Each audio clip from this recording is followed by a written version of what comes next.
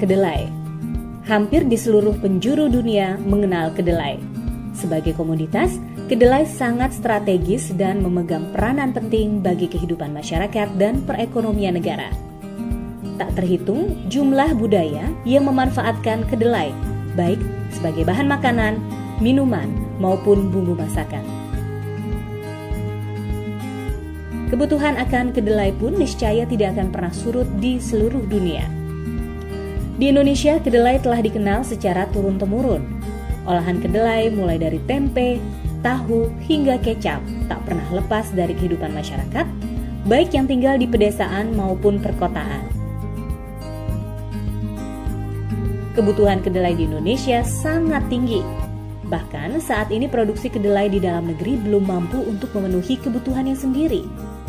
Tahun 2015, total kebutuhan kedelai Indonesia mencapai 2,5 juta ton. Sedangkan petani kedelai dalam negeri hanya memproduksi total tidak sampai 1 juta ton. Selebihnya kebutuhan kedelai Indonesia harus dipenuhi dengan cara impor. Padahal di pasar dunia, harga biji kedelai terus mengalami kenaikan. Kedelai olahan yang biasanya menjadi alternatif bahan makanan bagi masyarakat kurang mampu ikut menjadi mahal.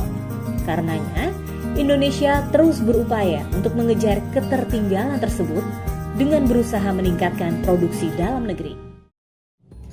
Upaya peningkatan produksi kedelai dalam negeri terus dilakukan oleh berbagai pihak di Indonesia.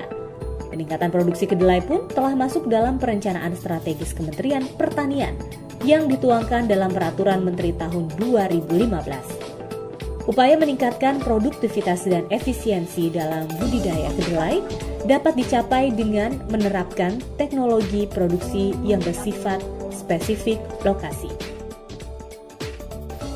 Teknologi budidaya kedelai spesifik lokasi menitik beratkan pada aspek agroekologi. Artinya, teknik produksi akan berbeda menyesuaikan lokasi kedelai ditanam. Kali ini pembahasan teknologi produksi bersifat spesifik lokasi, fokus pada dua agroekologi, yaitu agroekologi lahan sawah dan agroekologi lahan kering. Pada lahan sawah, penanaman kedelai dilakukan setelah panen padi pertama pada musim kemarau. Waktu penanaman ini disebut dengan musim kemarau 1 atau MK1. Penanaman juga dapat dilakukan setelah musim panen padi kedua dan disebut sebagai musim kemarau 2 atau MK2. Penanaman pada waktu MK1 biasanya pada bulan Februari sampai dengan Juni. Sedangkan MK2 adalah masa di antara bulan Juni sampai dengan Agustus. Paket teknologi menanam kedelai di lahan sawah dimulai sejak panen padi dilakukan. Saat panen padi, jerami padi dipotong dekat dengan tanah. Sebagian jerami dapat digunakan sebagai pakan ternak. Sementara sebagian lagi dilakukan dibakar di atas lahan yang akan ditanami kedelai. Jerami padi yang dibakar akan menjadi sumber hara. Sebelum menanam kedelai, lahan sawah dibuatkan saluran drainase dengan jarak 1,5 hingga 5 meter. Jarak antara saluran drainase tergantung pada kemiringan lahan dan tekstur tanah. Makin datar, maka jarak antara drainase makin sempit. Saluran drainase sendiri memiliki ukuran besar sekitar 30 cm dan kedalaman sekitar 25 cm. Kedelai dapat ditanam 2 hingga 4 hari setelah panen padi. Hal ini dilakukan untuk memanfaatkan air yang tersisa di sawah. Pada masa tanam MK1 biasanya ketersediaan air lebih baik dibandingkan dengan MK2. Karenanya, jenis kedelai yang ditanam juga berbeda. Pada MK1 biasanya ketersediaan air hujan lebih terjamin. Maka varietas benih berbiji besar yang cocok adalah Anjasmoro, Agropuro, Gumitir, serta Detam 1 dan Detam 2. Sementara untuk varietas berbiji sedang adalah Wilis, Kaba, Ijen, Sinabung, Anjasari, dan Malika. baik untuk ditanam pada MK1 maupun MK2. Pada masa tanam MK2, pemilihan varietas kedelai besar yang cocok adalah Agromulyo, Burangrang, dan Baluran. Sementara untuk ukuran biji sedang adalah jenis Malabar, Ijen, Arjasari, dan Malika. Untuk teknologi pada lahan kering, penanaman dilakukan menjelang musim hujan.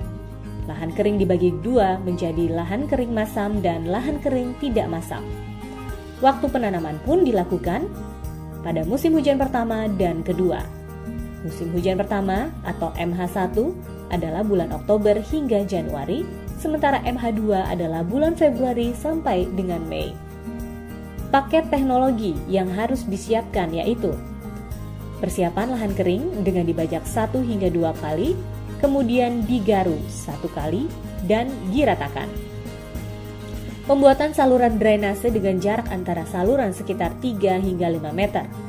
Drainase dibuat dengan lebar 30 cm dan kedalaman 25 cm. Untuk lahan kering masam, varietas yang dianjurkan pada masa penanaman MH1 untuk ukuran biji besar adalah Anjas Moro dan Raja Basa.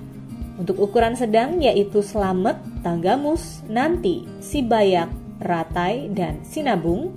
Untuk lahan kering masam, varietas yang dianjurkan pada masa penanaman MH1 untuk ukuran biji besar adalah Anjas Moro dan Raja Basa.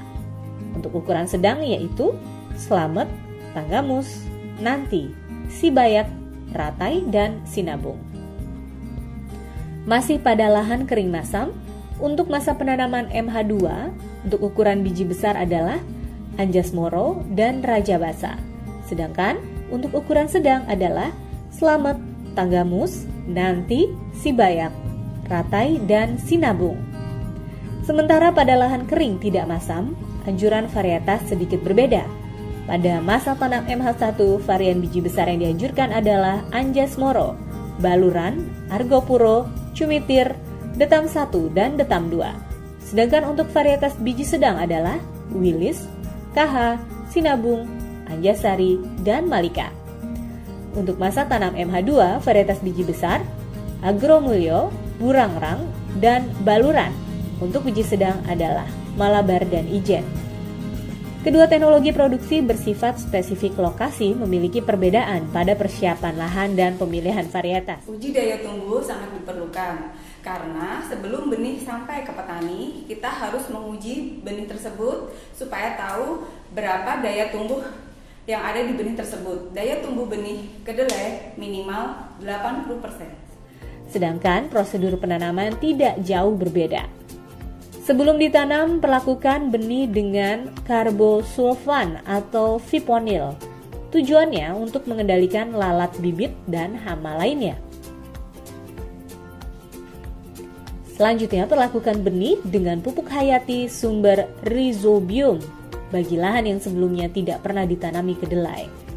Kendalikan populasi tanaman kedelai pada 300.000 hingga 500.000 tanaman per hektar. Pengaturan jarak tanam berturut-turut adalah 40 x 15 cm dan 40 x 10 cm dengan ditanam 2 tanaman per lubang. Pemberian air dilakukan jika diperlukan, yaitu saat kelembapan tanah tidak mencukupi, terutama saat stadium awal pertumbuhan, saat berbunga, dan saat pengisian polong. Kendalikan kulma berdasarkan pemantauan baik secara mekanisme konvensional maupun manual. Pengendalian hama dan penyakit berdasarkan pada petunjuk teknis PUT atau pengendalian hama dan penyakit terpadu. Sejatinya, tanaman kedelai siap dipanen jika daun tanaman sudah luruh hingga 96%-nya. Panen kedelai dilakukan dengan cara konvensional dengan disabit atau dicabut. Dengan meningkatkan produksi kedelai dalam negeri, Indonesia bisa terbebas dari jerat impor yang menyebabkan melambungnya harga.